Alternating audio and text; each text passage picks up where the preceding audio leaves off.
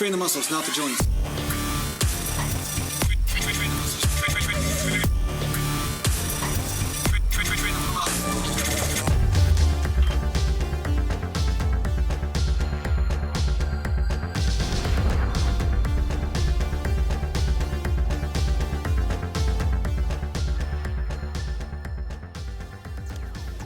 Well, here I am, sitting at a picnic table making a video.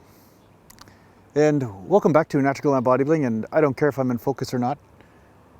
I'm kind of at a point now where I'm thinking the scenery around me is probably more nice, or nicer, more nice. Where did I learn to speak of things? I'm gonna have to learn how to speak languages again. English primarily, seeing as it's the only language I know. Partly. But today I'm going to talk to you a little bit about when should you concentrate on lifting heavy. Like maybe you want to, change up the reps for most of your training. You're doing bodybuilding routines, kind of like some of the ones that I offer on my website. And you found for hypertrophy and strength and the nice blend of all of it, you found that mixing up the rep ranges is the best, which is what I found. But one thing I do want to talk about is when should you concentrate on going heavy? For the most part, like you stick with only heavy training for a certain exercise or a certain muscle group. He's not concentrating on going heavy. All right, I'm changing positions because it was too far away from you.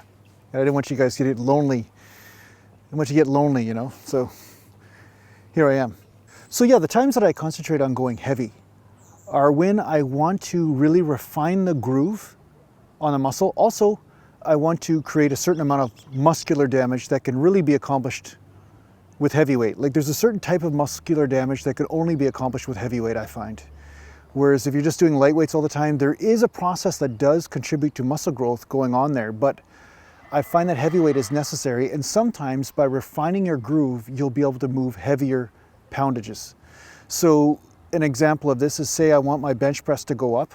I may concentrate for maybe 4 weeks, 8 weeks, 12 weeks even, of every time I go and train chest, I train heavy or moderately heavy with bench presses. So I may do sets of 8 reps, 10 reps, 6 reps, 13 reps, but I really concentrate on using heavy weight with the bench press itself instead of moving around and doing 20 rep sets, 25 rep sets, and 15 rep sets with a multiple amount of exercises.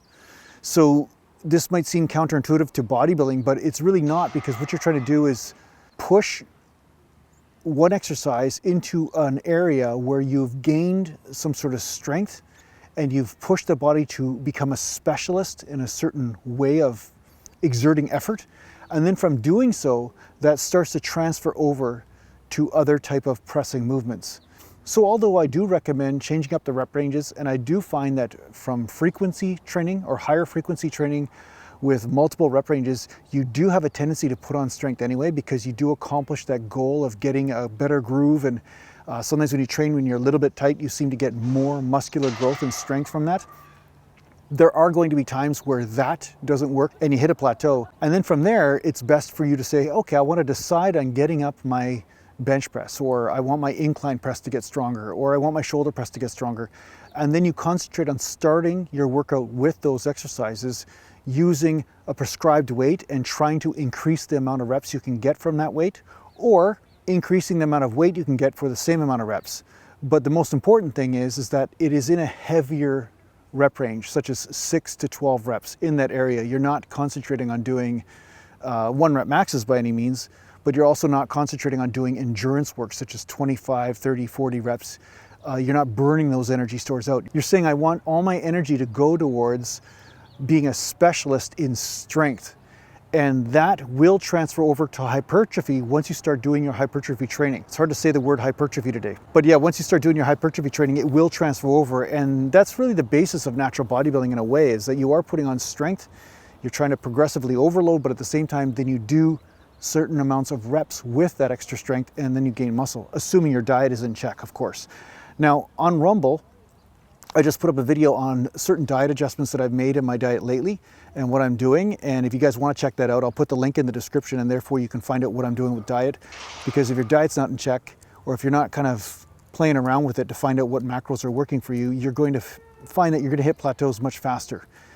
Hitting a plateau happens when your body is exerting effort, it's getting broken down, but it's not rebuilding. And if you don't have the food or the protein necessary for that to happen, to rebuild, you're going to overtrain, and you're definitely, no matter what type of training routine you have, you're going to hit rock bottom, right? So yeah, if you want to check that out, I have the link in the description here. Thanks a lot for watching. If you need to get a hold of me, just go to naturallandbodybuilding.com, and thanks to the Patreon supporters, and take care for now.